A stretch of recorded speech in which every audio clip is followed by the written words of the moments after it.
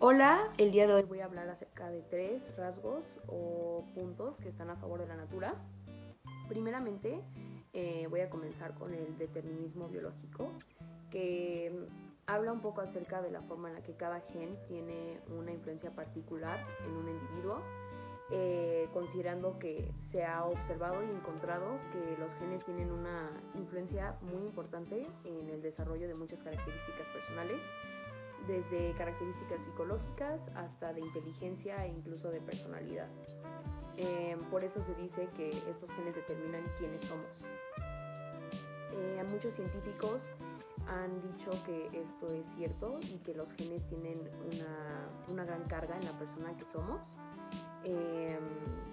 por lo mismo de que algunos rasgos nuestros están predeterminados.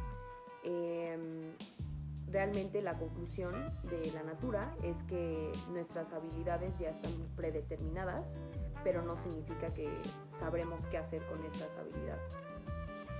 El segundo punto sería la importancia de los factores genéticos en la diferencia que tenemos entre individuos.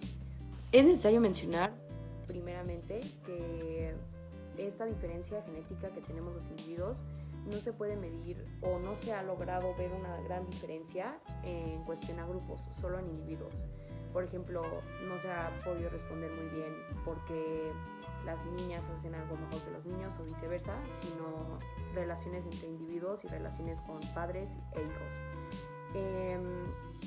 Se ha podido observar una relación con el coeficiente de inteligencia entre los padres y los hijos, un cierto grado de creatividad que también se podría relacionar con el ambiente, pero sí se logró observar un 25% de relación entre los padres y los hijos con la creatividad, al igual que las dificultades para la lectura, que también sería un 25%, el retraso mental, que eso ya sería algo más biológico y en cuanto a enfermedades, no tanto como comportamiento. La personalidad en los primeros años de vida, que no hay mucha interacción con el ambiente, al igual que cuando llegas a crecer más, y otros rasgos de personalidad más específicos como la empatía o la desconfianza, la irritabilidad.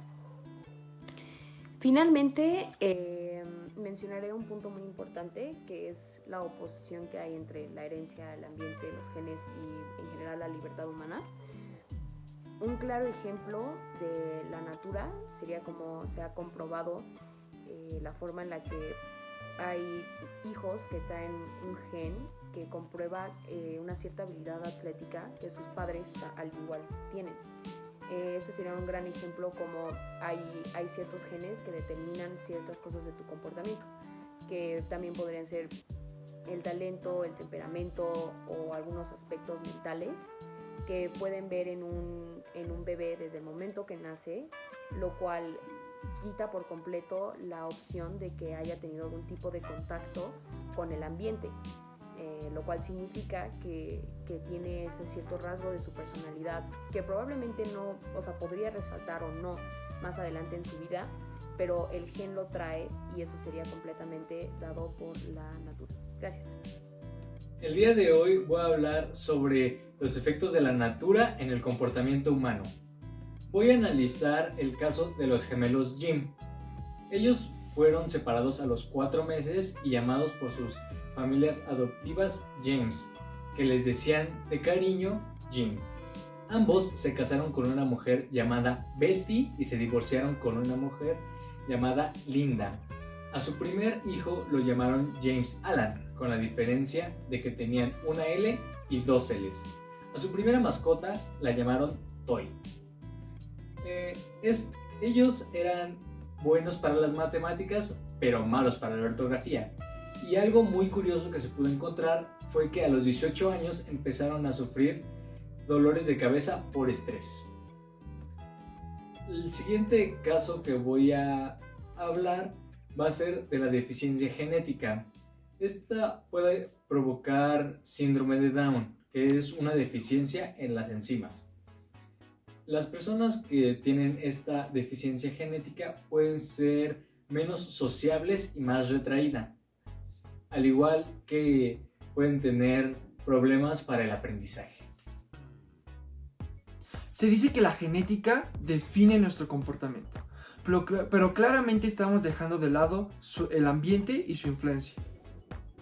Han existido casos que inclusive lo que se come modifica el comportamiento. Los genes claramente son fundamentales para el genotipo, pero el genotipo solamente es un borrador de la persona, lo que estábamos destinados a ser.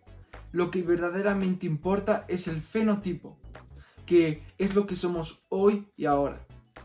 El fenotipo son nuestros rasgos físicos u ocultos. Un ejemplo de que el ambiente es más importante que la genética es la epigenética, algo que va más allá del ADN.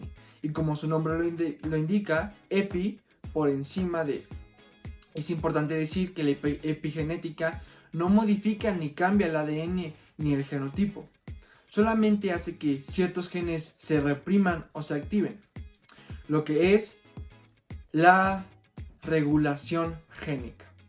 La regulación génica es ese switch que, por ejemplo, si tenemos un gen que dice vamos a ser altos, pero hacemos trabajos o esfuerzos físicos que nos piden que seamos chaparros, nuestro cuerpo va a decir no, repriman ese gen. Bueno, este nada más es un ejemplo. La metilación del ADN es que se repriman genes. Esto ocurre antes del nacimiento o en el desarrollo temprano de un organismo. La acetilación de histonas es que se activen genes y esto permite que exista la transcripción del ARN. Un ejemplo de esto es el experimento de Waterland y Girdle en 2003. Ellos identificaron que el ratón agouti tenía un gen que hacía que tuvieran tendencia a ser obesos, tener diabetes y esto dando pie a que tuvieran una muerte muy temprana. Entonces ellos, a través de vitamina 12 y otros alimentos, trataron de reprimir este gen. Cuando por fin nacieron las crías de estos ratones, se dieron cuenta que no solamente eran ratones sanos, que ya no eran obesos, sino que el pelaje cambió. De ser amarillo pasó a ser café. Es por eso que el ambiente es mucho más importante que la genética. Voy a hablar sobre 3 factores de la nurtura en el comportamiento de los humanos. El primero de ellos es la metilación del ADN, que ocurre principalmente antes del nacimiento y durante el desarrollo temprano de los humanos. Este apaga o reprime los genes, ya que estos no se pueden transcribir, por lo tanto se reprimen. Y si una célula necesita convertirse en una célula cardíaca, crea una célula que se vuelve más relevante para el corazón. Otro factor importante es la cultura. Por ejemplo, en México somos desordenados, impuntuales y muy cálidos, y así nos enseñaron a ser desde siempre. Y, por ejemplo, en Inglaterra son formales, puntuales y muy fríos, y eso tiene que ver mucho en el comportamiento y en la trata hacia otras personas. El factor del que voy a hablar es un estudio de caso que se hizo hacia unos gatos, los cuales tenían a una mamá que los lamía mucho y a la otra que no los lamía demasiado. El resultado fue que los gatos que eran lamidos normalmente por sus mamás, cuando crecían no tenían estrés, y los gatos que no eran lamidos por sus mamás presentaban grandes niveles de estrés. Nosotros como equipo, después de haber visto ambos lados de este debate, pudimos llegar a la conclusión que no es que uno influya más en el comportamiento que el otro. Nosotros queremos que ambos influyen de la misma manera, incluso se podría decir que igual. Y también llegamos a la conclusión de que la natura y la nurtura, a pesar de ser como términos separados, se pueden ver vistos como interdependientes, debido a que la nurtura puede afectar de varias maneras en la natura y la natura puede afectar de varias maneras en la nurtura. Nosotros podemos nacer con ciertas cosas ya predeterminadas y eso va a determinar en cómo nos comportamos en nuestro ambiente, y también nuestro ambiente puede determinar cómo nuestros genes se van a afectar para futuras generaciones. Es por eso que nosotros como equipo decidimos tomar no una postura de la natura o de la nurtura, sino como una en el medio en la cual apoyamos a las dos y creemos que las dos tienen la misma influencia en el comportamiento humano. Gracias.